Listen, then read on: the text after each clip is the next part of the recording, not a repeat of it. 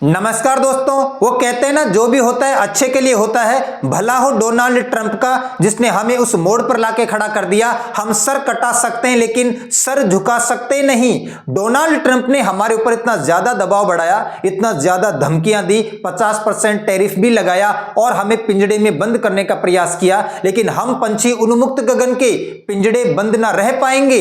और भारत के साथ साथ उन तमाम देशों को यह बात समझ में आ चुकी है कि ट्रंप एक पगलेट आदमी है, स्वार्थी आदमी है।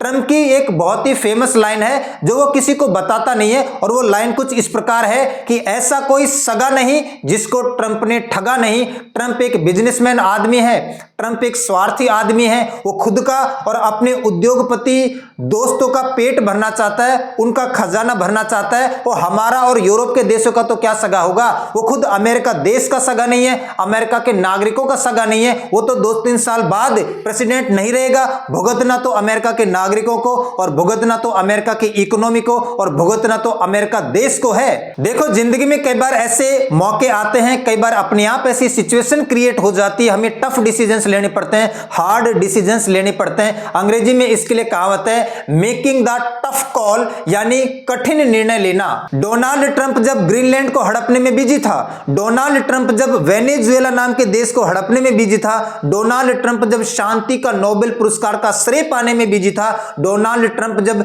ईरान के ऊपर हमला करने की तैयारियां प्लानिंग करने में बिजी था, और भारत समेत यूरोप के देशों समेत दुनिया के उन तमाम देशों को डराने में, धमकाने में और टैरिफ लगाने में बिजी था। और हम सबने देखा कि डोनाल्ड ट्रंप ने भारत के ऊपर 50% टैरिफ लगा दिया कि भारत अमेरिका के प्रेशर में नहीं आ रहा है, अमेरिका की बात नहीं मान रहा है, अमेरिका के सामने नहीं झुक रहा है, तो उसको डराकर धमकाकर रखना है। 50% टैरिफ हमारे पर जबरदस्ती डोनाल्ड ट्रंप ने लाद रखा है। और हमारे ऊपर तो छोड़ो, यूरोप के वो देश जो आए दिन अमेरिका का गुणगान करते थे, अमेरिका को दूध पिलाते थे, पानी पिलाते थे, पेट्रोल ऑयल सब कुछ पिलाते थे, तो उन यूरोप के 8 देशों के ऊपर भी डोनाल्ड ट्रंप ने अभी 10% टैरिफ लगा दिया। हम सबने देखा कि ये देश यूरोप के डोनाल्ड ट्रंप का सपोर्ट नहीं कर रहे हैं, ग्रीनलैंड को हड़पने के लिए, ग्रीनलैंड को हथियाने के लिए। और भारत और यूरोपियन यूनियन ने ट्रंप की इन्हीं हरकतों को देखते हुए ट्रंप की पीठ पीछे छुरा घोंप दिया है। भारत और यूरोपियन यूनियन ने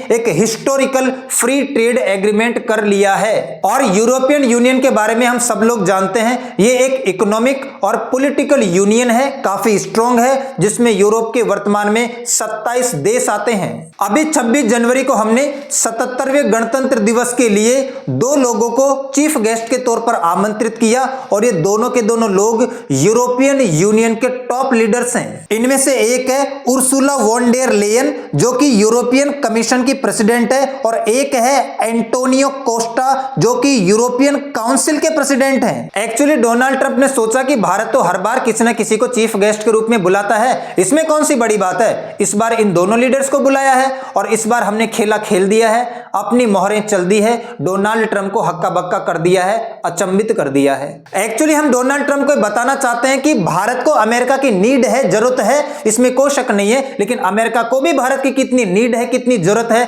ये अब अमेरिका को समझ में आएगा। और अब हम बात कर लेते हैं इस फ्री ट्रेड एग्रीमेंट की। 27 जनवरी 2026 को भारत और यूरोपियन यूनियन के बीच में 16वां शिखर सम्मेलन हुआ नई दिल्ली के अंदर। वहां पर यह डील फाइनल होती है, और इसको एक ऐतिहासिक नाम the mother of all deals भी दिया गया है। एक्चुअल में पहली बार इस डील की शुरुआत 2007 में की गई थी। उसके बाद हालांकि 2013 में इस डील को निलंबित कर दिया गया था, सस्पेंड कर दिया गया था। फिर से 2022 से इस डील की शुरुआत होती है, आगे बढ़ने लगती है, और अब जाके डील फाइनल होती है। तो 2007 से शुरुआत हुई और अब ये 2026 में हो रही है, यानी लगभग 20 साल बाद ये डील फाइनल हो रही है। एक्चुअली इस डील को होने के पीछे डोनाल्ड ट्रंप की हरकतें, इस बात में कोई शक नहीं है कि जिम्मेदार है बड़े पैमाने पर।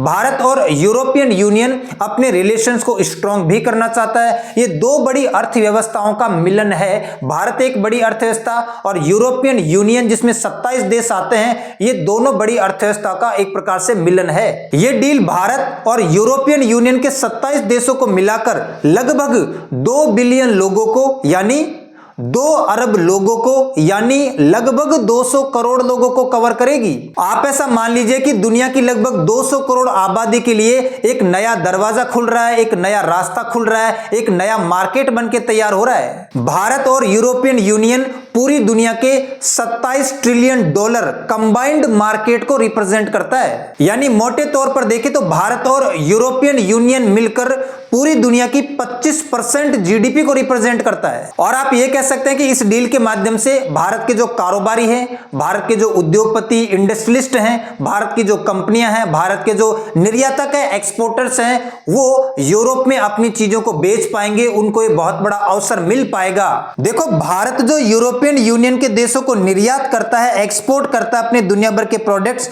उसमें से 90.7% प्रोडक्ट्स पर वहां पर टैरिफ लगाया जाता है। अब इन 90.7% प्रोडक्ट में से 49.6% प्रोडक्ट से तत्काल टैरिफ हटा दिया जाएगा और जो 39.5% प्रोडक्ट पर टैरिफ है, उस टैरिफ को धीरे धीरे 5 साल में, 7 साल में या 10 साल में चरणबद्ध तरीके से शुल्क समाप्त कर दिया जाएगा, टैरिफ हटा दिया जाएगा आने वाले समय में। खासकर उन प्रोडक्ट्स को जिन पर अभी तक यूरोप में हाई टैरिफ लगाया जाता था, जैसे चाय, कॉफी, मसाले, खेल के सामान, खिलौने, टेक्सटाइल, कपड़ा, ड्रेसेस, लेदर, डायमंड, ज्वेलरी, रत्न, आभूषण, इंजीनियरिंग प्रोडक्ट्स और प्रोसेस्ड गुड्स शामिल हैं। इससे यूरोप की सेमीकंडक्टर सेक्टर से रिलेटेड कंपनियां, एनर्जी सेक्टर से रिलेटेड कंपनियां, डिफेंस सेक्टर से रिलेटेड कंपनियां भारत में आ पाएगी और इंडस्ट्री वगैरह यहां पर लगा पाएगी, इन्वेस्टमेंट कर पाएगी भयंकर तरीके से। देखो, एक सिक्के के दो पहलू होते हैं। हम एक ही पहलू को देख रहे हैं, लेकिन हमें दूसरा पहलू भी देखना होगा।